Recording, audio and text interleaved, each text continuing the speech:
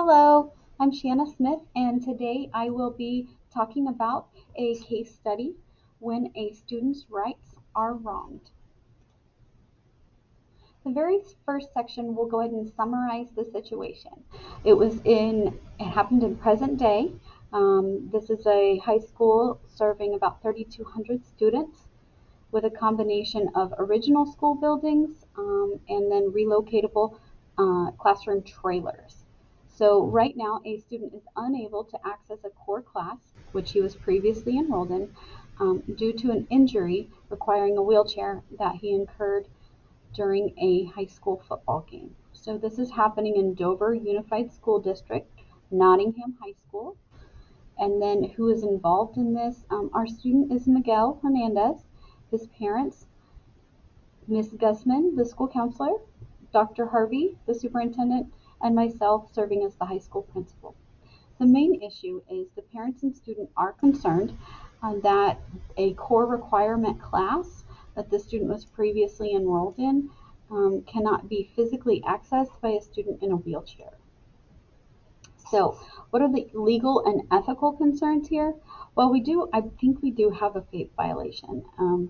I think that according to our free, appropriate public education, each person with a disability should have equitable school education as any other student. So since we are not able to provide the student access to that class, I think that is a big concern. ADA violation, I think we're okay there because our buildings were built prior to those requirements being set. That being said, I think we could do more to accommodate the student, and we will do more. Liability for the injury, that activity, it happened as a result of a school activity, yes, but there's a liability release form that parents sign allowing students to participate in said events. So unless some of the equipment wasn't up to date, other than that, I don't know that anything legally would be fitting there. So, to summarize, a student's class schedule was changed and he was removed from a core requirement class as a result of the disability he recently acquired, which restricted him to a wheelchair. What we know, our people involved are the same as I mentioned previous: Miguel, his parents, the school counselor, superintendent, myself. Our community stakeholders have been previously very supportive, and I'm sure that this would have an impact on them. And then lawyers are now involved as well. This is taking place in Dover Unified School District, in the Nottingham High School, and then the physical learning locations would be the 1950 school building, and then classroom trailers that are relocatable. Our program would be, it is in a public school. We're working with a sophomore grade level, and we're referencing a biology class specifically. So when we're looking at this, we would want to look and review and prioritize what is the most important factor. And so the very first thing, as far as stakeholders, I put the student first. They really should be our main goal here. Parents definitely know their student better than others, so I think we also need to take into account what they have to say.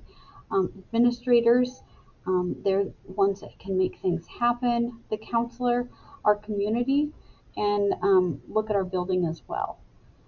Several have been consulted and negatively impacted. We do have a lot of unknowns here. So what would the parents and student like to see happen? I'm curious if the administrator was consulted with the original decision. And then there's some questions for the counselor as far as communication and making sure that we are meeting students' needs. At this point, I don't have any questions for the community. I do want to look at relocatable science classrooms so that we can get this kiddo back in class. Our options are: option 1, do nothing. Consequence, probably get a lawsuit. Option 2, kind of the knee-jerk reaction, immediately start a lot of renovations. The knee-jerk reaction would be That's not a short-term solution. And option 3, establishing a committee, which I think is great, but again, not a short-term solution. And then option 4 would be apologize, work to develop a short-term solution, and establish a committee for long-term. The consequences would be added responsibility for finding some funding for that long-term solution. Parents could file a lawsuit at any of those points. Unfortunately, we started off kind of behind the 8 ball when I think communication really probably could have prevented this entire situation. Our options, more specifically the pros and cons, I don't think option 1 is an option. You can't do nothing. Our students are our number 1 priority here at school, so doing nothing is absolutely not an option. Option 2, I like the idea of starting renovations. I think we need to be very conscious of our budget and realistic in what we're able to do. I think we can meet the students' needs without incurring a lot of costs, but I do see it should be a priority in the future. Firing the counselor, I think that is a knee-jerk reaction. I think this would be a teachable moment to work with the counselor, and I think that they could improve in that area. The committee, I think, is again a great idea. The student could Zoom in for option 3, although I don't think that's an ideal learning environment long term. So I would focus on option 4 myself. So what option 4 would look like would be, first, we would meet with the parents and family and student and say, we are so sorry. They asked for a meeting, we met with them, and we really did not do our homework with the meeting to make sure that we were prepared to meet the students' needs. The main thing we need to do is communicate that we want to work with the students and parents to help them reach their goals, and that would include get them back in the classroom. Short-term solution, I would look at relocating a biology class right now and then make some other decisions later. I would also look at training staff to make sure that this isn't something that happens again.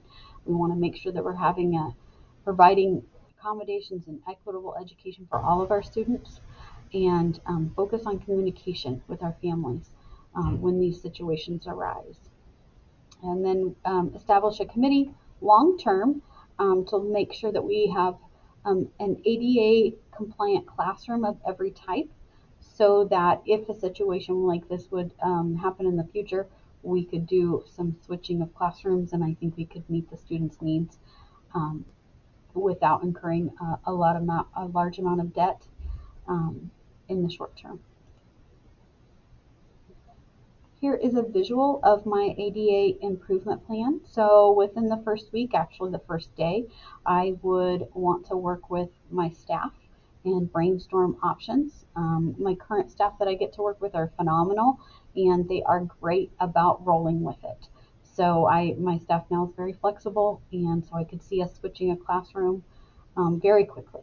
I would meet with the student and parent later that day, and again apologize and then convey what options I have ironed out for right now, and see if those are agreeable to them. I would also go ahead and meet with our finance department just to see if there is any funding that is available for projects of this nature, just so that I know that moving forward. Sounds a little crazy, but I would go to work to relocate that classroom that day if at all possible, like after school. The rest of that week, I would follow with the student and parent and make sure everything is going okay. I would survey and evaluate the results of that survey about my staff's understanding of the ADA and FAPE guidelines. And then I would meet with the counselor to reflect on the situation and brainstorm ideas for how it could be handled better in the future. Weeks 2 through 4, I would set up that training, invite all of the stakeholders to be on a committee to help us implement long-term ADA compliance plans, research training options, check in on the student again, and then I would set up a first initial meeting. Weeks 5 and beyond, I would look and make sure that the next semester classes are also going to be accessible, since some of the other adjustments may take more time. and then schedule regular meetings for that compliance committee, and then look at the remodeling options and funding options, set meetings, add those to social media, publicize those, so that our community and stakeholders are with us in this process. Closing remarks, I think this situation could have been avoided. We just need to be people first focused. We need to communicate clearly, and then we need to be willing to compromise. There is always usually an answer, and it might be somewhere in between the two sides, but I really think that the main thing we need to do is put our students first, create an inclusive culture that is success focused, and our students are our number one priority. And here are my references. Thank you.